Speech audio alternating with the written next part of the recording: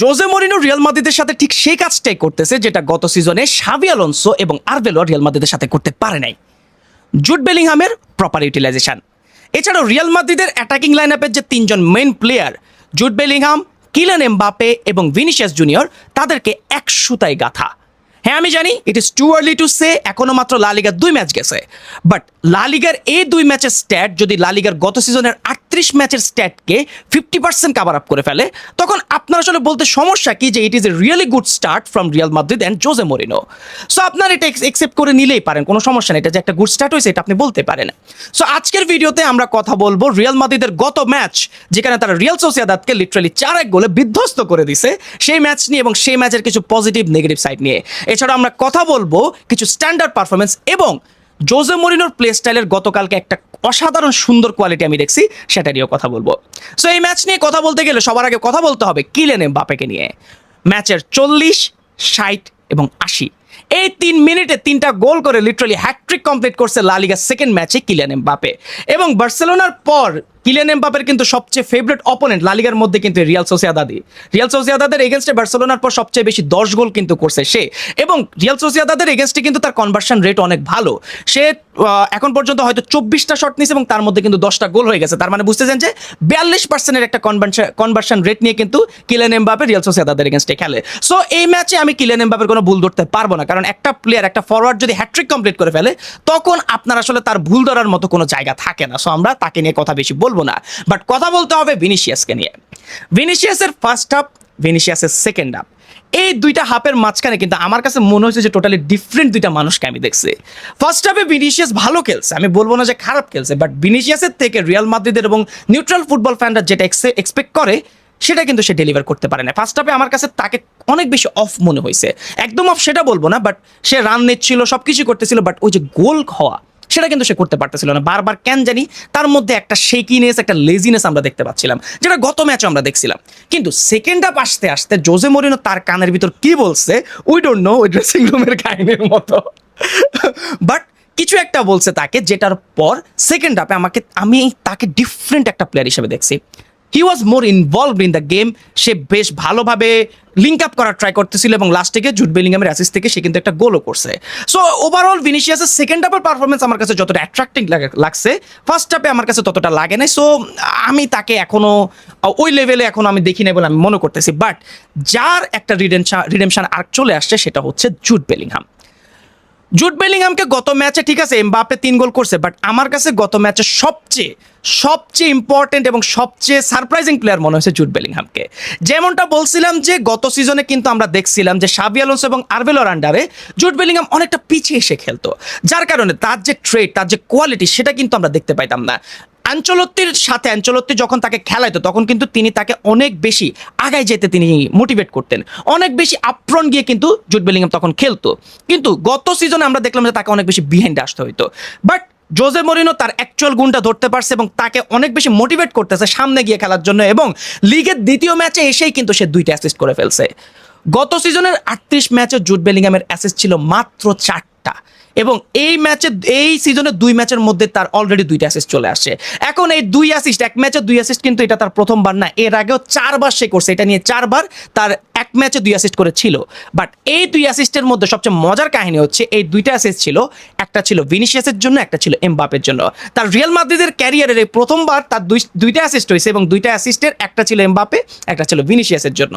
So এখানে কিন্তু আমরা একটা জিনিস দেখতে পাচ্ছি যে এই টিমটাকে অনেক বেশি লিঙ্ক আপ করানোর ট্রাই করতেছে জোজে মরিনো, এবং অনেকাংশে এখন পর্যন্ত তিনি অনেকটাই সফল, যেটা আমার কাছে বেশ ভালো লাগছে। এছাড়াও জোজে মরিনো বলতেছি, জুড বেলিংহামের বক্সের মধ্যে যে প্রেজেন্স, যে ফিজিক্যালিটি, এটা কিন্তু আমরা দেখছি। আমার কাছে সবচেয়ে বেশি সুন্দর অ্যাসিস্ট লাগছে হচ্ছে ভিনিসিয়াসকে তিনি যে অ্যাসিস্টটা দিছিলেন, লিটারালি অপোজিশনের মানে রিয়াল সোসিয়েদাদের প্লেয়ারকে ফিজিক্যালি গাদ্দারি করে বলটা ক্যাচ করে নিয়ে আসছেন, এরপর সুন্দর একটা পাসে তিনি গোল দেওয়াইছেন। সো এটা আমার কাছে বেশ ভালো লাগছে, এবং জুড বেলিংহামকে যদি এভাবে আপফ্রন্টে এসে খেলতে দেওয়া হয়, আমার কাছে মনে হয় যে তিনি আরও বেশি ডেলিভার করবেন। শুধুমাত্র অ্যাসিস্ট দিয়ে না, তার মধ্যে একটা শট করার একটা অ্যাবিলিটি আছে, সেই অ্যাবিলিটিরও তিনি প্রপারলি ইউটিলাইজেশন করতে পারবেন এবং আরও অনেক বেশি গোলও করতে পারবেন। এবং রিয়াল মাদ্রিদের অ্যাটাকিং লাইন আপে যদি 3 জন প্রপার গোল স্কোরার একসাথে গোল করতে থাকে, তখন আসলে অপোনেন্টের কিছু করার থাকে না। সো এবার আসি হচ্ছে জোজে মরিনোকে নিয়ে। কিছু প্লেয়ারকে নিয়ে পরবর্তীতে কথা বলবো, বাট যেটা নিয়ে আমার কথা বলতে অনেক বেশি ইচ্ছা সেটা নিয়ে কথা বলবো। জোজে মরিনোকে আমরা সবাই জানি তিনি একজন কাউন্টার অ্যাটাক বেসড ম্যানেজার, তিনি কাউন্টার অ্যাটাকে খেলতে অনেক বেশি পছন্দ করেন, তিনি পজিশন খুব একটা রাখেন না। এবং গত ম্যাচ আপনি যদি দেখেন সেখানে আপনি স্ট্যাট দেখলে দেখবেন যে রিয়াল মাদ্রিদের কাছে 51% পজিশন ছিল, রিয়াল সোসিয়েদাদের কাছে 49% ছিল। এখন এই স্ট্যাটটা দেখলে এবং পাসেস দুইজনেরই প্রায় 20টার গ্যাপ, একজন 530 একজন 510 আমি যদি ভুল না করে থাকি। সো এই দুইটা স্ট্যাট দেখলে আপনার কাছে মনে হবে যে হয়তো খেলাটা খুব শিয়ানে হয়েছে, বাট শিয়ানে হইলে গোল এতগুলো কেন হয়েছে? ইয়েস, এই গোল এতগুলো কেন হয়েছে? 51% পজিশন, খুব একটা বেশি পজিশন আমি কিন্তু বলবো না, দুই দলই সমান সমানে খেলছে সেই জায়গাটাতে। বাট রিয়াল মাদ্রিদের কাছে যতক্ষণ বল ছিল দে ওয়ার মোর ক্লিনিক্যাল। তাদের কথা হচ্ছে আমাদের পায়ে যতক্ষণ বল থাকবে ততক্ষণ আমরা গোল থ্রেট ক্রিয়েট করবো, এবং তারা গোল থ্রেট ক্রিয়েট করছে, যার কারণে কিন্তু আপনি এক্সজিতে দেখবেন যে 3.14, অলমোস্ট 3-এর বেশি তাদের এক্সজি, কিন্তু গোল করছে তারা 4টা। অন্যদিকে 1-এর নিচে এক্সজি ছিল রিয়াল সোসিয়েদাদের। আপনি যদি অপোনেন্ট বক্সের টাচেসের কথা বলেন, আপনি যদি শটের কথা বলেন, আপনি যদি শট অন টার্গেটের কথা বলেন, সব দিক দিয়ে রিয়াল মাদ্রিদ ওয়াজ মানে ওয়ে অ্যাহেড, অনেক বেশি অ্যাহেড ছিল। এটা কেন? কারণ এটাই জোজে মরিনোর প্ল্যান। জোজে মরিনো যতক্ষণ বল পায়ে রাখবে ততক্ষণ পর্যন্ত তার কথা হচ্ছে আমার পায়ে বল আছে, তুমি এটাকে অ্যাটাকিং থ্রেট ক্রিয়েট করো, এবং এটা কিন্তু আমার কাছে বেশ ভালো মনে হয়েছে। এবং এই ফর্মুলাতেই কিন্তু আমার মনে হয় যে জোজে মরিনো রিয়াল মাদ্রিদ আগাবে। সো এটা আমার কাছে বেশ ভালো মনে হয়েছে। এটা আপনারা খেয়াল করছেন কিনা সেটা কমেন্ট করে জানাতে পারেন। এবার বলি কিছু নেগেটিভ কথাবার্তা নিয়ে। নেগেটিভ বললেও তার মধ্যে কিছু পজিটিভ থাকে, আরো কিছু প্লেয়ারকে নিয়ে কথা বলতে হবে যদি তারা গোল অ্যাসিস্ট করে না। তার মধ্যে একজন হচ্ছে ফেদেরিকো ভালভার্দে, একজন হচ্ছে আর্দা গুলার, ইব্রাহিম কোনাতে। ভাই আমি এক্সপেক্ট করি না যে ইব্রাহিম কোনাতে এত ভালো খেলবে, but he is playing really good. এবং তার সাথে তার যে centre back player Dean Huijsen, সে অসাধারণ পারফর্ম করছে। থেবো কর্তোর কথা বেশি বলার নেই, কারণ তাকে খুব একটা কষ্ট করতে হয় নাই, যদি একটা বেশ ভালো সেভ দিছে সে। সো এটা গেল হচ্ছে টোটাল ওভারঅল যতগুলো পজিটিভ ছিল সেগুলো। বাট এবার আসেন কিছু নেগেটিভ নিয়ে কথা বলি। ডেনজেল ডামফ্রিজ এবং কারেরাস। ডেনজেল ডামফ্রিজকে গত ম্যাচ এসপানিওলের এগেনস্টে আমি যতটা ভালো লাগছিল, আমার কাছে যতটা ভালো লাগছিল তাকে, এই ম্যাচে আমার কাছে তাকে তত বেশি কনভিন্সিং মনে হয় নাই।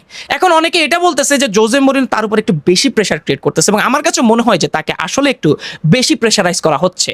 প্রিসিজন থেকে শুরু করে এখন পর্যন্ত প্রত্যেকটা ম্যাচে স্টার্ট দিলে আপনার প্লেয়ারের মধ্যে কিন্তু একটা টায়ার্ডনেস কাজ করে, এবং আমার কাছে মনে হয় যে ডামফ্রিজের যে কোয়ালিটি সেটা কিন্তু অলরেডি আমরা দেখছি।